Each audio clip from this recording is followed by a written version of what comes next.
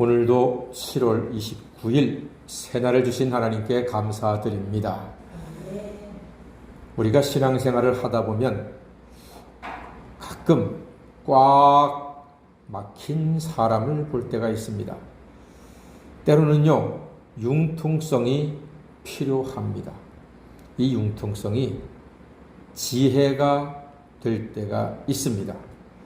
제가 아는 목사님 중에 복잡한 돌짐 예배를 인도하는데 아시다시피 돌예배는 정말로 어수선합니다. 애가 울고 보채고 엄마 따라온 애기들도 막 보채고 음식 가지러 왔다 갔다 하고 막 정신없습니다.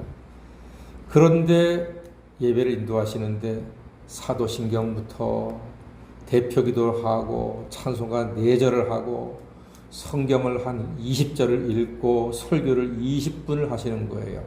와, 이러면요, 그 돌 분위기 망치고 아주 사람 미칩니다. 제가 그런 목사님을 한 분 아세요. 정말로 신실하고 착하신 분이에요. 똑똑하신 분이고 명문대 나왔어요.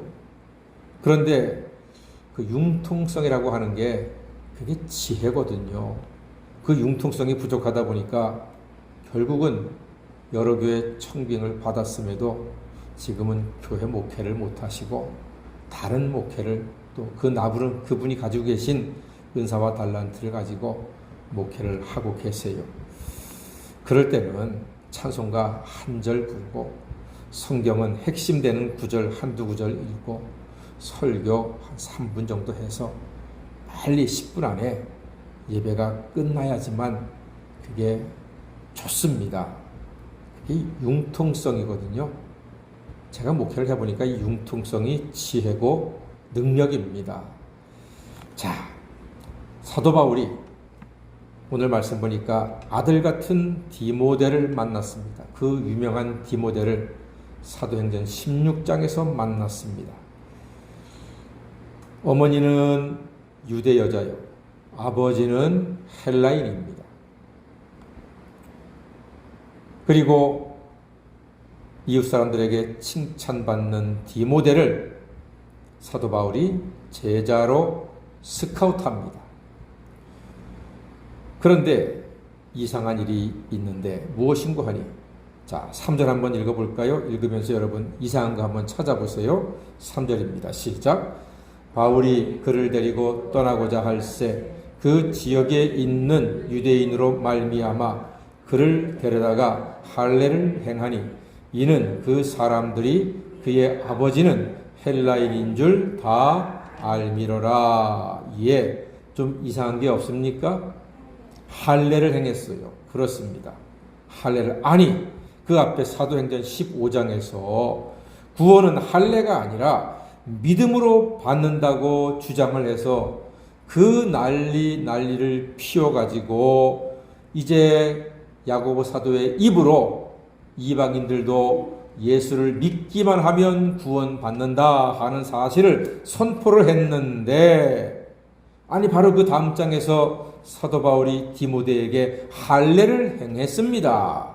아니 이게 웬 앞뒤가 안 맞는 모습일까요? 이것이요 바울의 지혜입니다. 바울의 융통성입니다. 자, 디모데는 엄마가 유대인이지만 아버지가 헬라인 이방인이에요. 그러니까 앞으로 유대인을 전도하든 이방인을 전도하든 디모데가 할례를 행했다는 사실이 전도하는 데 큰 도움이 된다는 말입니다. 유대인들을 전도할 때 나도 아버지가 유대인이요, 그런데 나도 할례를 받았소. 하지만 할례로 구원받는 것은 아니요. 할례를 받았지만 무엇으로 구원받는다? 믿음으로 구원받는 것입니다. 예수를 믿고 그의 십자가에 죽으심과 부활을 믿으면 죄사함 받고 구원받습니다 하고 말할 때 훨씬 더 설득력이 있는 것이죠. 그래서 사도 바울은 오늘 디모데에게 할례를 받게 했습니다. 바울의 지혜로운 융통성이 디모데의 큰 힘이 될 수 있었던 것입니다. 자, 우리의 신앙생활 중 복음의 핵심은 잊으면 안 됩니다. 그러나 옷은 좀 갈아입어도 됩니다.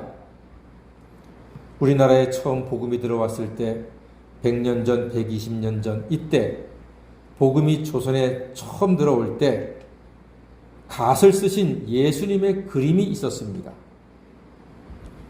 조선 사람들이 보고 예수님을 더욱 친근하게 받아들일 수 있었던 것입니다. 갓을 쓰고 도포를 입은 예수님이니까 아이고 우리 같은 조선인이네 하면서 가깝게 받아들이는 거예요. 이와 같이 비슷한 게 뭐냐 하면은 하나님께서도 예수님을 세상에 사람의 몸을 입고 내려보내셨습니다. 그래서 우리의 모든 아픔과 고통을 체휼하셨기 때문에 예수님과 사람들 사이에는 훨씬 더 많은 공감을 주고받음으로써 우리 사람들이 더욱 예수님을 구주로 믿는데 큰 도움이 될 수 있었던 것입니다. 그러니까 그런 거지요. 돌예배를 간단하게 하는 것도 융통성이 있는 지혜요. 디모데에게 할례를 행한 것도 융통성이 있는 지혜요. 하나님이 예수님을 사람의 모습으로 이 세상에 보내신 것도 융통성 있는 지혜의 한 자라기요 연결고리가 된다 하는 말입니다. 자, 그리고 디모데를 얻은 바울은 아시아 지역의 비두니아로 가려고 했습니다. 그러나 7절 말씀 보니까 예수의 영이 허락하지 않았다고 했습니다. 하면서 9절 보니까 우리 한번 읽어볼까요? 시작. 밤에 환상이 바울에게 보이니 마게도냐 사람 하나가 서서 그에게 청하여 이르되 마게도냐로 건너와서 우리를 도우라 하거늘. 그렇습니다.